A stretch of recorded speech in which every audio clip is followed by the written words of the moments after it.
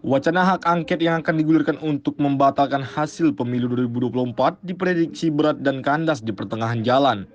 Pengamat politik Ujang Komarudin menilai kubu 01 diyakini tidak akan mau untuk mendukung wacana hak angket. Terlebih usai pertemuan Ketua Umum Nasdem Surya Paloh dengan Presiden Joko Widodo. Menurutnya isu wacana hak angket diyakini akan layu sebelum berkembang, apalagi untuk realisasi. Dirinya mengatakan wacana hak angket sangat sulit untuk dilakukan. Kalau kita bicara soal hak angket, saya meyakini dan aku yakin ya, agak sulit, agak berat untuk direalisasikan. Kenapa? Ya karena ya kita tahu bahwa Pak Surya Paloh sudah bertemu dengan Pak Jokowi. Kita tidak tahu dealnya apa, karena bagaimanapun Nasdem itu masih ada dalam koalisi pemerintahan Jokowi Ma'ruf Amin. Pasti akan saling menghormati dan saling menghargai antara Pak Jokowi dan Pak Surya Paloh untuk sama-sama menjaga pemerintahan hingga Oktober 2024. Jadi saya melihat dari satu itu saja agak berat hak angket itu bergulir. Yang kedua kalau kita bicara kubu 01 ya, ada PKS dan PKB.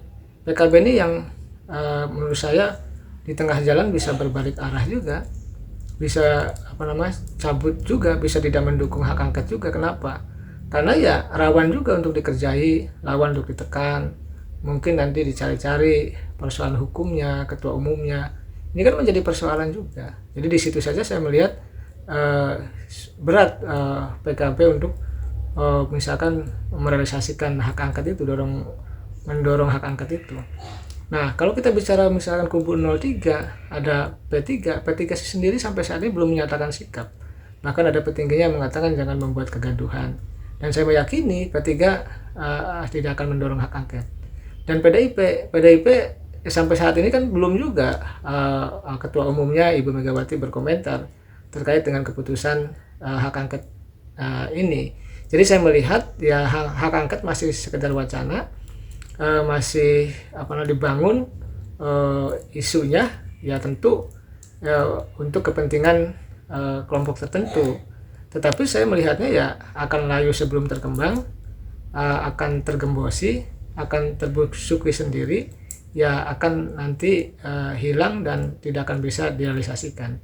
Karena kalau kita lihat tadi fragmentasi partai politiknya, Pak Jokowi dukungannya masih kuat ya dari kubu pemerintah ya maupun dari kubu yang kalah tuh ya kemungkinan akan digembosi, akan banyak mengalami tekanan-tekanan politik sehingga ya hak angket itu tidak bisa didorong. Apalagi yang ketiga saya melihat semuanya ini kan menunggu PDIP, baik PKS ya katakanlah PKB, Nasdem kalau serius gitu menunggu PDIP. Kalau PDIP-nya nggak mau juga susah. Kalau seandainya PDIP-nya mau, tadi skemanya Nasdem agak berat juga karena sudah ketemu Pak Jokowi, lalu PKB akan tergembosi, P3 tidak akan dorong. Jadi saya melihat ya isu atau narasi hak angket ini ya tidak akan betul-betul bisa terrealisasikan dengan banyak pertimbangan tadi. Dan dalam konteks itu kayak ini kan pertarungan politik ya, pasti akan di blok, pasti akan di kick balik oleh kubu pemerintah. Karena bagaimanapun ya kalau hak angket terrealisasi yang rugi adalah kubu pemerintah.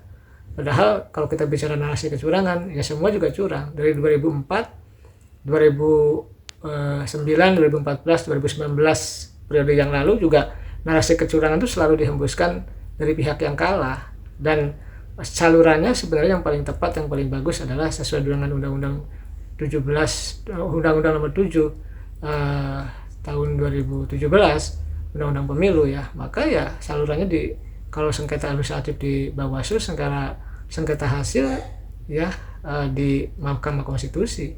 Itu saja yang harus dilakukan oleh mereka. Kalau melalui jalur hak angket tentu ya akan dilawan juga oleh kubu pemerintah seperti itu. Tim Simpo TV melaporkan.